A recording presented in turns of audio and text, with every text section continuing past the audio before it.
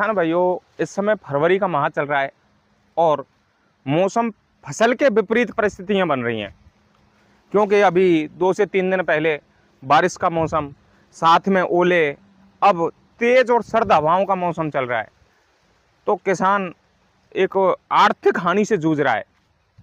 इस समय सरसों की फसल की कटाई चल रही है और गेहूं की जो फसल है उसमें लगभग लास्ट पानी है वो देने का प्रोसेस चल रहा है। अगर किसान इस सर्द हवा में अगर पानी देता है और हवा की रफ्तार भी बहुत है तो जो फसल है वो गिरने का डर रहता है, जिससे उत्पादन घट जाता है।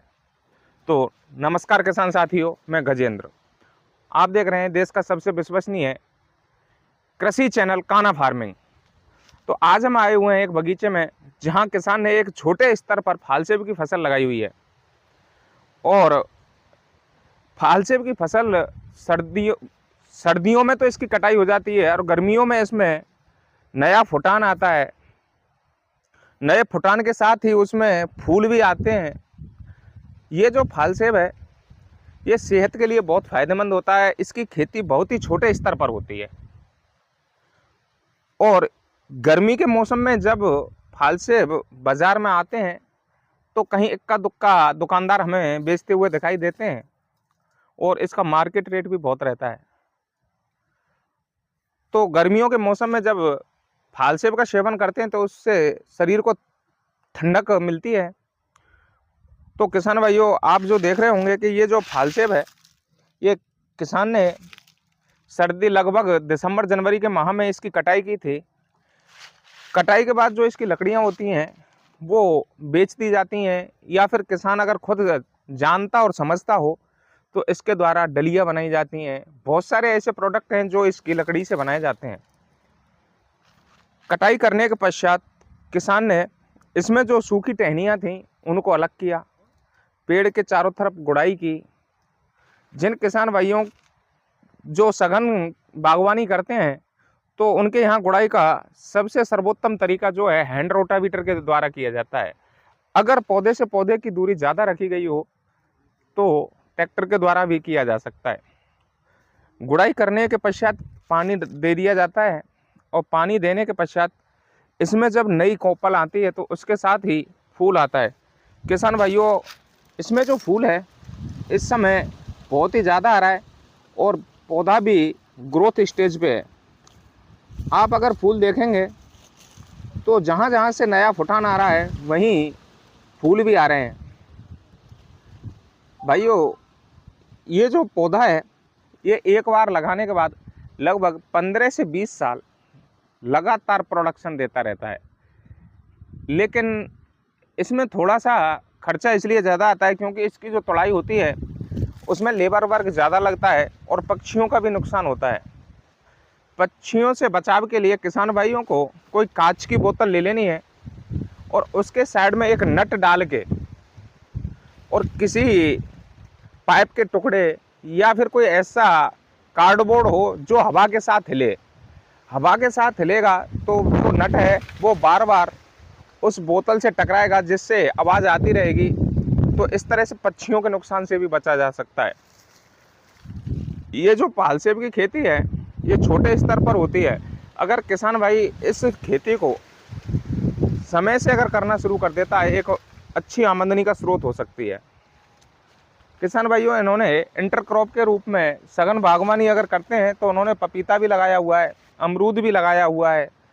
और ये जो किसान है एक शिक्षित पढ़े लिखे किसान के रूप में जाने जाते हैं, जिन्होंने लगभग बहुत सारी चीज़ों की खेती करते हैं। इन्होंने प्रैक्टिकल के तौर पर 10 से 15 पौधे सेब के भी लगाए हुए हैं, कश्मीरी रेड एप्पल बेरिया भी लगाई हुई है, पीली सरसों भी है, मिर्ची भी है और इनके पास कटहल, आम, नींबू, बेर, बहुत सारे जो लगभग फल वाली जो किस्में हैं इन्होंने बहुत सारी लगाई हुई हैं। अगर किसान सूझबूझ और अच्छी तरह से अगर उसके बारे में जानकारी लेके अगर आगे चल के कोई बागवानी करना चाहता है तो अच्छा मुनाफा होता है, क्योंकि इस समय गर्मियों का मौसम है।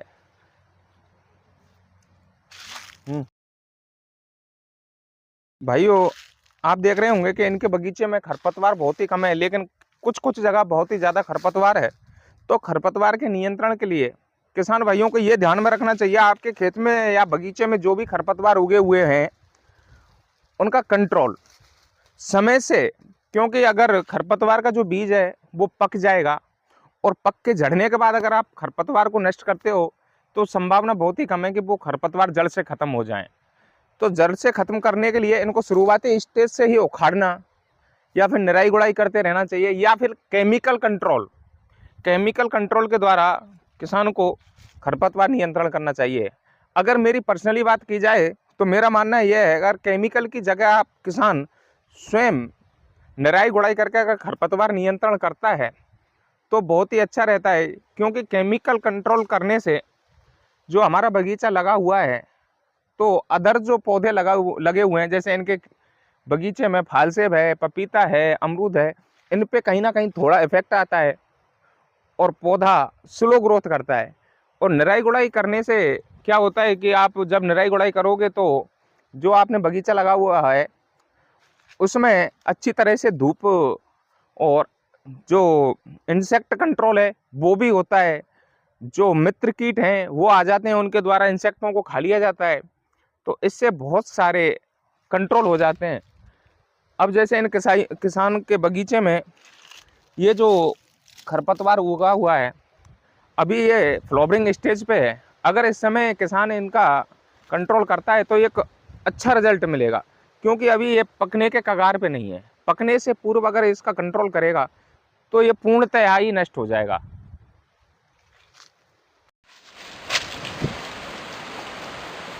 गर्मियों का मौसम है तो इस समय जो फालसेब की जो ग्रोथ है वो कितनी अच्छी है। ये एक ही पौधा है और जिससे लगभग 100 से 200 की संख्या में टहनियाँ निकल रही हैं, साथ में फ्लावरिंग भी आ रही है।